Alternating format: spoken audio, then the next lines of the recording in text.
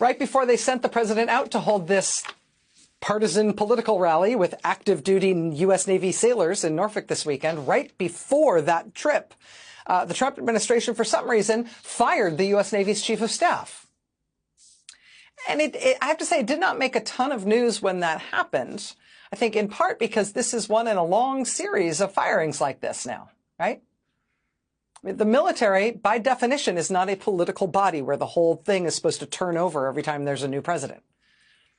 Right? Since Trump has been back in office, he has just been destroying the top leadership of the U.S. military. Since Trump has been back in the White House, we have seen fired or pushed out the chairman of the Joint Chiefs of Staff, the head of the Navy SEALs, the chief of naval operations, the head of the Navy Reserve, now this weekend, the Navy Chief of Staff, the head of U.S. Cyber Command, the head of the Defense Intelligence Agency, the commandant of the U.S. Coast Guard, the chief of staff of the Air Force, the vice chief of staff of the Air Force, the head of the Air Force Global Strike Command, the top legal officer in the Air Force, the top legal officer in the Army, the top legal officer in the Navy.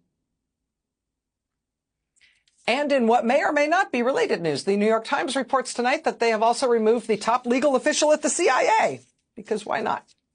All of these people have all been fired or pushed out by Trump, by the Trump administration, while simultaneously Trump, as of this past week, is explicitly telling all the remaining top generals and admirals in the U.S. military that he wants them to plan to bring U.S. military operations. He expects them to bring the force of the U.S. military to bear against Americans at home in U.S. cities. Specifically, he told them that he wants to see U.S. troops, U.S. active duty military engagement against the cities of San Francisco, Chicago, New York, and Los Angeles. New York, Chicago, and Los Angeles are the three largest cities in the country. Trump wants the U.S. military to